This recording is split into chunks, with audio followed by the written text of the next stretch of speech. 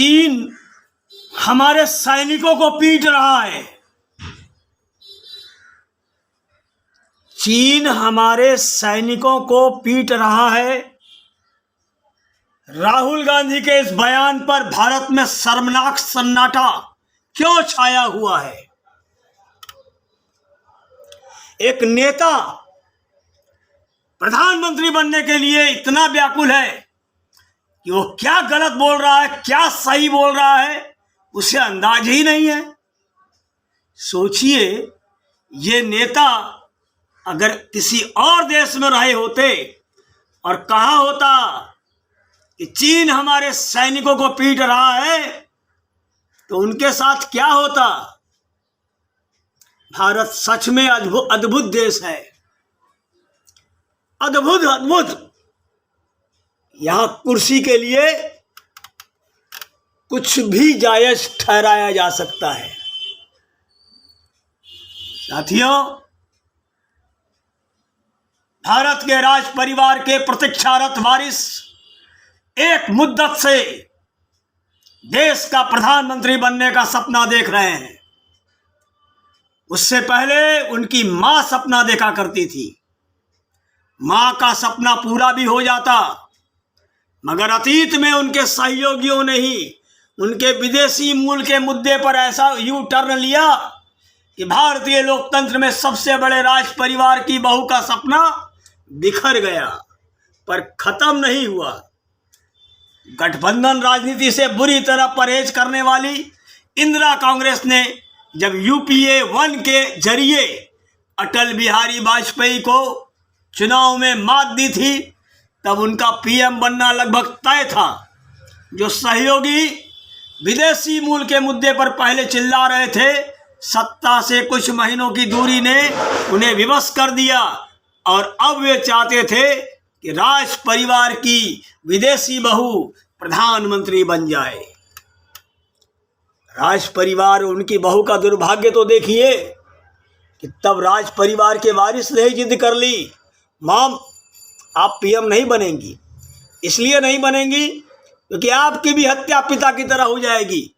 इस तरह देश के लिए हर मिनट सिर्फ अपने राजर्षि पुरखों की कुर्बानी का मंत्र जपने वाला राज परिवार एक फिजूल की आशंका से डर जाता है। उसे देश में अपनी सुरक्षा का भरोसा तक नहीं है और इस तरह राजनीतिक फ्रेम में एक खड़ाऊ पीएम आ जाता है। राज परिवार का वारिस खड़ाऊ पीएम को जब तब किस तरह से बेइज्जत करता रहता है, पूरी दुनिया ने खुली आंखों से देखा। कश्मीर से कन्याकुमारी तक एक मामूली पार्षद भी उतना विवश नहीं दिखा होगा।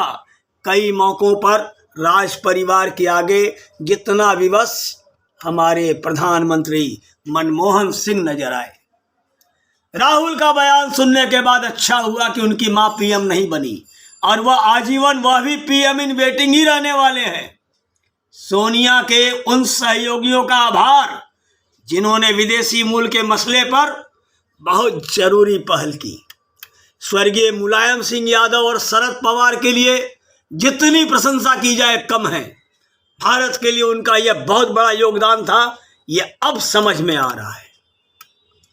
बावजूद कि मनमोहन ने कई मौकों पर राज परिवार की एक नहीं सुनी और कुछ एक मौकों पर अपने मन की करने में कामयाब रहे, इंदिरा कांग्रेस के विरोध के बावजूद उन्होंने केरल में भारत के पहले डीप वाटर पोर्ट और अरुणाचल में सड़कों का जाल बिछाने की दशा में पहल की। उन्हीं के रक्षा मंत्री ने किस तरह के सवाल उठाए, यह बात की बात है।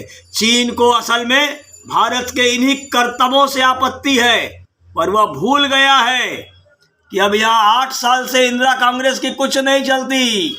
उस चीन को, जिसकी कम्युनिस्ट पार्टी के साथ यूपीए 1 के जमाने से देश की सरकार ने नहीं बल्कि इंदिरा कांग्रेस ने समझौता किया था, उस समझौते में क्या था, ये रहस्य आज तक बरकरार है।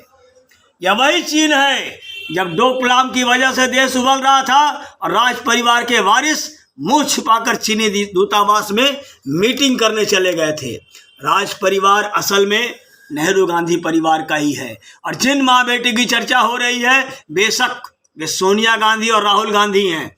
राहुल गांधी चीनी कम्युनिस्ट पार्टी के साथ समझौते में बंधे हुए हैं, उनके कमिटमेंट होने चाहिए। वचन की वैल्यू नहीं तो क्या मतलब है।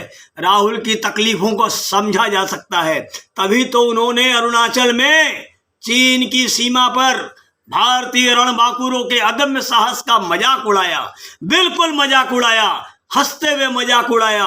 उन्होंने कहा अरुणाचल में चीन हमारे जवानों को पीट रहा है, मगर मीडिया चीन पर सवाल नहीं पूछता। असल में वो मीडिया के जरिए केंद्र सरकार से सवाल नहीं पूछ रहे थे, बल्कि वे किसी भी तरह अराजकता को पनपाकर अपने लिए सत्ता के रास्ते तैयार करने के लिए आमादा हैं।